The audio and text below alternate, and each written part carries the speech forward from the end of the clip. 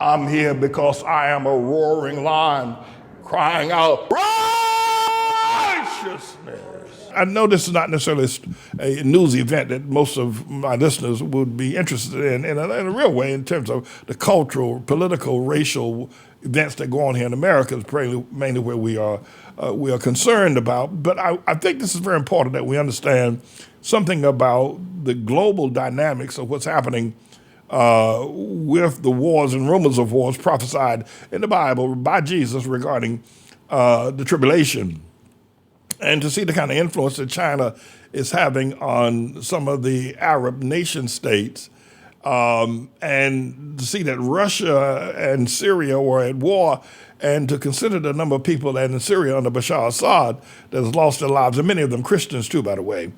So Fareed Zakaria, who is a pretty well-learned person, presents a one-hour program on the weekends that brings a lot of information. So I thought you want to know about Bashar Assad, about the earthquakes in Turkey and the things that are going on also with the Arab nations forming up pretty much against Israel as well, and aligning either with Iran or China. But go ahead, Ms. Inge, I'm going to let this run and then I'll have some comments. The spark that ignited Syria's civil war was unrest in the southern city of Daraa in March of 2011. Just 8 months later, the Arab League kicked Syria out of its organization. All told, the 12-plus years of war have been devastating for the people of Syria. More than half the population has been forced to flee their homes. In the first 10 years of the war, an estimated 12,000 children were wounded or killed, just about one every 8 hours. More than 300,000 civilians have been killed in total. So it was shocking to many to see that the Arab League decided this week to reinstate Syria's membership. What is behind this change of heart? What will it mean for Syria and the Middle East? Joining me now is the great Middle East expert Fawaz Gerges, Professor of International Relations at the London School of Economics. Fawaz, welcome. So explain the Syrian thing. What is the fundamental force behind what is happening here? I think the Saudi foreign minister really summarized the puzzle. He said, for many years we tried to get rid of Assad and we failed. What is the alternative? The alternative now, the Arab League, the Arab states are trying to re-engage Assad to see whether Assad will be willing to deal with the catastrophic humanitarian crisis. For your viewers, there are 6 million Syrian refugees in Turkey, in Lebanon, in Jordan, and elsewhere. You have 6 million displaced people in Syria. Between 80 and 90% of the Syrian people, 26 million people, live below the poverty line. Syria has become now a key exporter of drug trafficking to neighboring countries, to Jordan, to Saudi Arabia, to the United Arab Emirates. You have tens of thousands of foreign fighters all over Syria. Turkey is in Syria, Russia is in Syria, Iran in Syria, the United States in Syria. You quoted the Saudi foreign minister, and I think that's significant because what seems to be going on, to me, is a new Saudi foreign policy. They are approaching Syria differently. They're trying to have a rapprochement with Iran. They're not doing the kind of thing that they were doing, where they were trying to overthrow the government of Qatar, they were trying to overthrow the government of Lebanon.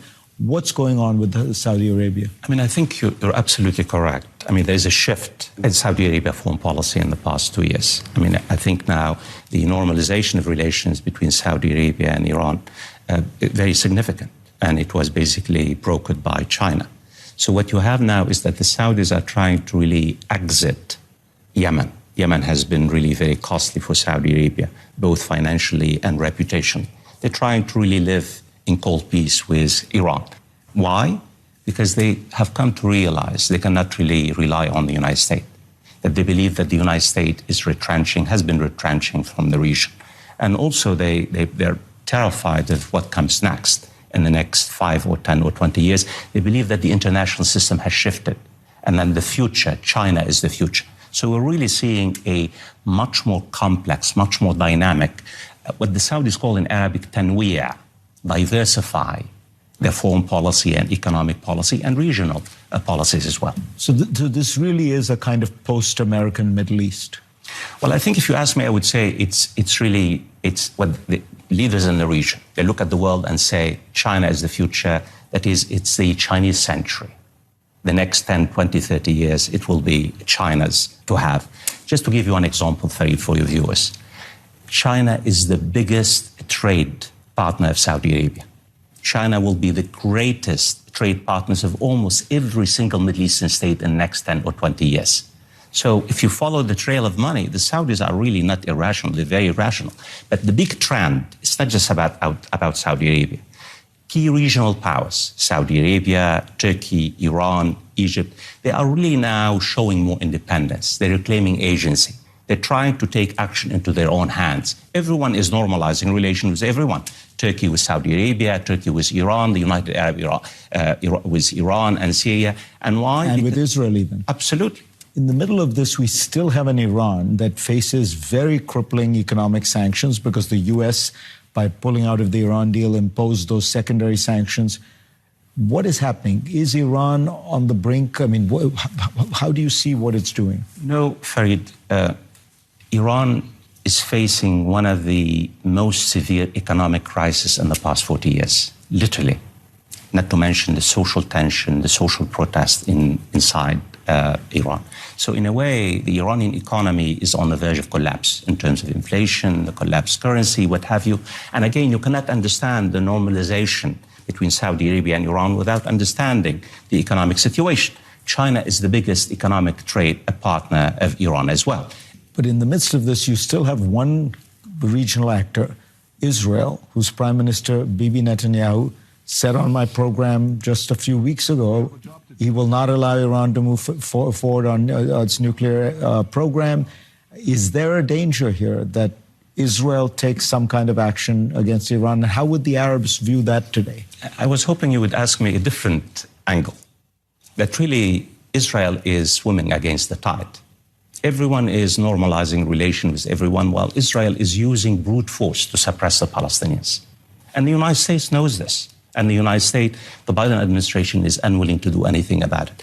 But my take on Israel and Iran, Israel will never take a major military action against Iran without the consent or a yellow line from the United States. This is historically true. Iran is not Iraq.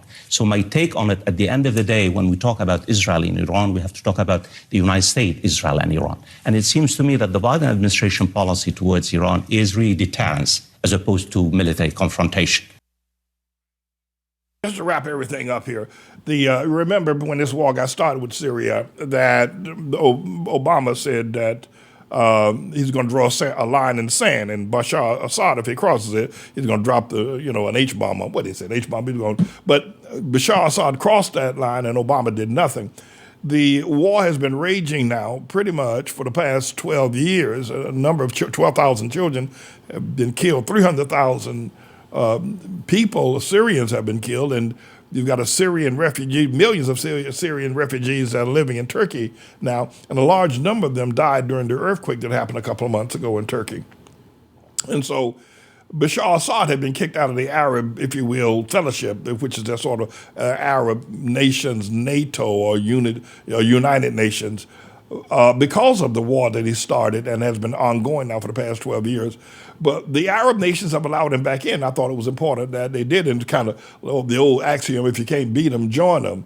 And so they've allowed Bashar Assad back in too, hoping to stop the war. And it really should. That's been a tragic war. It doesn't get a lot of coverage now. It got some coverage going back a few years ago. Pretty much like the Ukrainian war. It got coverage when it first got started, and it doesn't get that kind of coverage anymore as well. And that's how the news people move on to more blood and more fire and more killings. And Syria is not the place where that's happening. But I think the interesting thing that's happening over there is that China's influence in the Middle East and China's cooperation with Saudi Arabia, and that Saudi Arabia invaded Yemen and killed a lot of people in Yemen as well. We had some students in our school father was from Yemen, and so by virtue of that, they were Yemenis also. That's been a very brutal war that Saudi Arabia has waged against Yemen, and they've not been able to defeat Yemen. It appears that these major world powers are just unable to take down these small nations as they think that they should or they would in what would be normally a war of attrition. But we'll see what's going to happen if the war in Syria can end. But the question is what China is doing. And my question here is China, who is known in the Bible as Magog, the future of the planet? That would be my question. And we'll see how that all shakes out as well.